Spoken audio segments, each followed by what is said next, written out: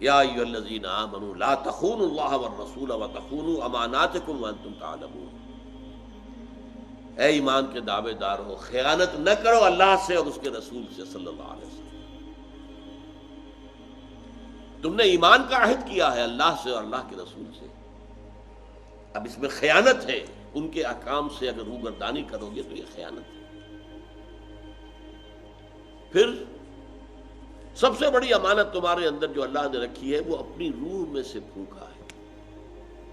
ان عرضنا الامانۃ علی السماوات والارض والجبال، وہ امانت جس کا بار گرا نہ آسمان سنبھال سکا نہ زمین نہ پہاڑ، وہ امانت روح الہی، ونفخت فیہ من روحی، وہ میرے اور آپ کے اندر ہے۔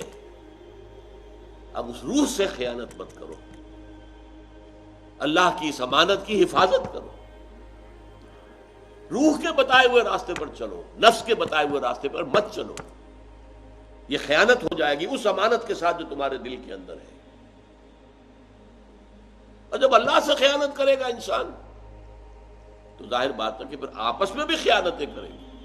ایک دوسرے کے مال اگر رکھا گیا ہے تو اس میں بھی خیانت ہو۔ اور آج ہمارے ہاں یہ خیانت نوٹ کر لیجئے جس سطح کو پہنچ چکی ہے، بددیانتی، خیانت، کہتے ہیں کہ اب کچھ کم ہوئی ہے، کچھ اونچے طبقے کے اندر کچھ کم ہوئی ہے، لیکن ہمارا حال کیا تھا اور ملک اس حال کو پہنچا کیوں ہے؟ سب سے بڑی شے اس میں خیانت، جو جتنا بڑا اتنا خائن، جو جتنا ہاتھ رنگ سکتا تھا اس نے رنگا، ایڈ کے نام سے پیسے آتے رہے، قرضے آتے رہے، بوجھ قوم پر لدتا چلا گیا، پیسہ واپس جا کر انہی کے بینکوں کے اندر ڈپازٹ ہوتا رہا۔ اس نے پاکستان کی معیشت کا بیڑا غرق کیا تھا، جس کے نتیجے میں وہ فیلڈ سٹیٹ ڈکلیئر ہونے والا تھا۔ وانتم تعلمون، دیکھو جانتے بوجھتے یہ کام نہ کرو، کبھی سہون کوئی بات ہو گئی، غلط کام ہو گیا تو معافی مانگو، جانتے بوجھتے ڈٹائی کے ساتھ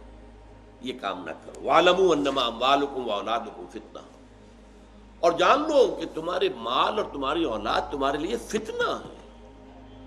اسی مال کی محبت میں اور اولاد کی محبت میں تو سب کچھ کرتے ہو نا، بڑے سے بڑا مکان بنا لوں، ولا بنا لوں، محل بنا لوں، اولاد کو 30 ہزار روپے مہینے کی فیس دے کر لمز میں پڑھوا لوں، قیمت ہے مارکیٹ کے اندر، اس کی ڈگری کی قیمت ہے، یہ حال۔ اب وہ 30,000 اگر جائز طریقے سے نہیں آ رہے تو ناجائز طریقے سے آئیں گے۔ وَاعْلَمُوا أَنَّمَا أَمْوَالُكُمْ وَأَوْلَادُكُمْ فِتْنَةٌ، یہ بات تو کثرت کے ساتھ آ چکی ہے، سورہ منافقون میں ہم پڑھ چکے ہیں، سورہ تغابن میں ہم پڑھ چکے ہیں۔ جان لو کہ تمہارے اموال اور تمہاری اولاد تمہارے لیے فتنہ ہے، کسوٹی ہیں جن پر تم پرکھے جا رہے ہو کہ تمہارے اندر ایمان ہے یا نہیں ہے۔ وَأَنَّ اللَّهَ عِندَهُ أَجْرٌ عَظِيمٌ، اور یہ کہ اجر عظیم تو صرف اللہ کے پاس ہے۔ حرام کمائی سے بچوں کو تعلیم دلوا رہے ہو، تمہارا خیال ہوگا کہ یہ بچے ہمارے بڑھاپے میں ہمارا سہارا بنیں گے؟ ہو سکتا ہے وہ تمہیں ٹھوکر ماریں، کسی اولڈ ہاؤس میں لے جا کے ٹھکا دیں کہ ہمارے عیش کے اندر یہ دخل نہ دیں، یہ بوڑھے جو ہیں خام خواہ کو ہمارے لیے مصیبت بنے ہوئے ہیں، ہمارے بچوں کو ڈانٹتے رہتے ہیں، انہیں جاؤ اور رکھ دو کسی اولڈ ہاؤس کے اندر، یہ ہو سکتا ہے۔ اجر عظیم تو صرف اللہ کے پاس ہے۔ اللہ تعالیٰ کے لیے جو پیسہ خرچ کرو گے، جو وقت خرچ کرو گے، جو صلاحیت خرچ کرو گے، اس کا بھرپور بدلہ وہ دے سکتا ہے، اس کے خزانے بے پایاں ہیں، اور تو کوئی تمہیں بدلہ نہیں دے سکتا۔ وہ ایک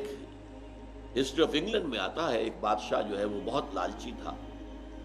اور پیسے جو اسے ایک وزیر مل گیا تھا جو بہانوں سے امراء سے پیسے اینٹتا رہتا تھا، حلال سے، حرام سے، جائز سے، ناجائز سے، دباؤ سے، لالچ سے۔ لیکن جب وہ بوڑھا ہوا تو اسی بادشاہ نے اس کے اوپر ظلم کیا۔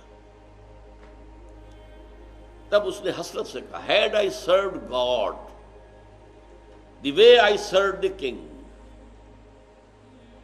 جس طرح میں نے بادشاہ کی خدمت کی ہے، کاش کہ میں نے اسی طریقے سے خدا کی خدمت کی ہوتی تو وہ مجھے اس بڑھاپے کے اندر ذلیل و خوار نہ کرتا۔ یہی حسرت کہیں آپ کے دلوں میں نہ آئے ہم نے ان کے لیے حرام خوریاں کی، اپنی عاقبت برباد کی ان بچوں کے لیے، ان کو اعلیٰ سے اعلیٰ تعلیم دینے کے لیے، اور آج ان کا سلوک ہمارے ساتھ کیا ہے؟ ان اللہ عندہ اجر عظیم، صرف اللہ ہے، یہ کلمہ حسن ہے، اجر جو ہے بڑا وہ صرف اللہ کے پاس ہے، کوئی نہیں دے سکتا، نہ آپ کی اولاد آپ کو اجر دے سکتی ہے، نہ اور کسی کے لیے آپ نے اگر کوئی بے ایمانی کی، کسی اور کے لیے آپ نے غلط سفارش کی